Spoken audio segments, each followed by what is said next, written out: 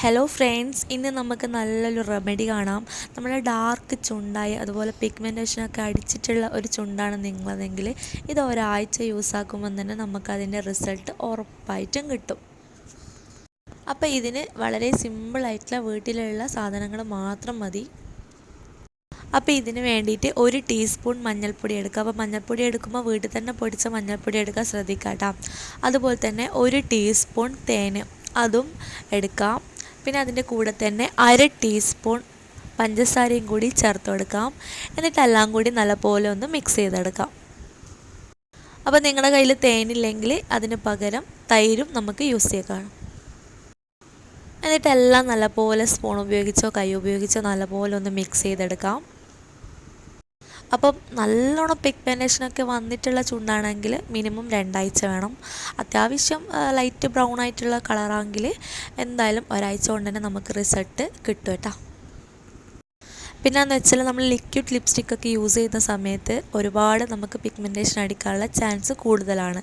നമ്മൾ മറ്റേ crayon lipstick പോലത്തെ അല്ലല്ലോ, ലിക്വിഡ് ആകുമ്പം അതിൻ്റെ പിഗ്മെൻറ്റേഷൻ കൂടുതലാണ്.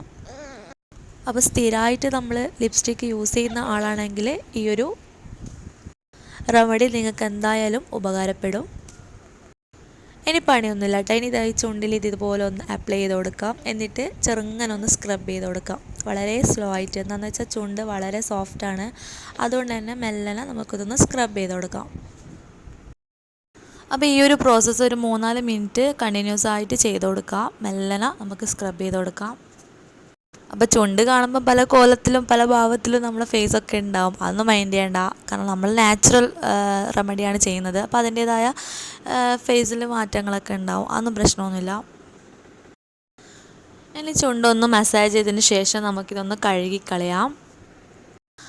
അപ്പോൾ കണ്ട കഴുകിയതിന് ശേഷമുള്ള നമ്മളെ ചുണ്ടാണത്. ചുണ്ടിൽ ഒന്നും ഇട്ടിട്ടില്ല, നാച്ചുറലാണ്. അപ്പോൾ ഇതാ ചെറിയൊരു ലിപ്പ് കളറ് ചേഞ്ച് ചെയ്താണ്ടാ ചെറിയൊരു പിങ്കിഷ് കളറായിട്ട് വന്നില്ലേ. അപ്പോൾ ഇത് ഒരാഴ്ച നമ്മൾ കണ്ടിന്യൂസ് ചെയ്ത് കഴിഞ്ഞാൽ നമ്മുടെ ഇതാ സൈഡിലൊക്കെ ഉള്ള പിഗ്മെൻറ്റേഷനൊക്കെ മാറിക്കിട്ടും.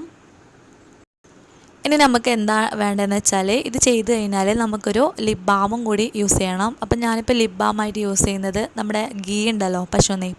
അപ്പോൾ അത് കുറച്ചൊന്ന് കയ്യിലെടുത്തിട്ട് അതൊന്ന് ചുണ്ടിൽ അപ്ലൈ ചെയ്ത് കൊടുക്കുക. അത് നല്ലൊരു മോയ്സ്ചറൈസറാണ്.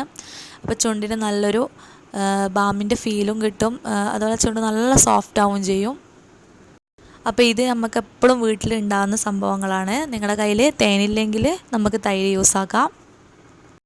അപ്പോൾ ഇത്രയേ ഉള്ളൂ ഇന്നത്തെ വീഡിയോ. ഈ വീഡിയോ ഇഷ്ടമായിട്ടുണ്ടെങ്കിൽ ഒന്ന് ലൈക്ക് ചെയ്യുക, ഷെയർ ചെയ്യുക, കമൻറ്റ് ചെയ്യുക, സബ്സ്ക്രൈബും കൂടി ചെയ്യുക. മറ്റൊരു നല്ലൊരു വീഡിയോയുമായി വീണ്ടും കാണാം. അതുവരേക്കും ബൈ ഫ്രം മനൂസ് വേൾഡ്.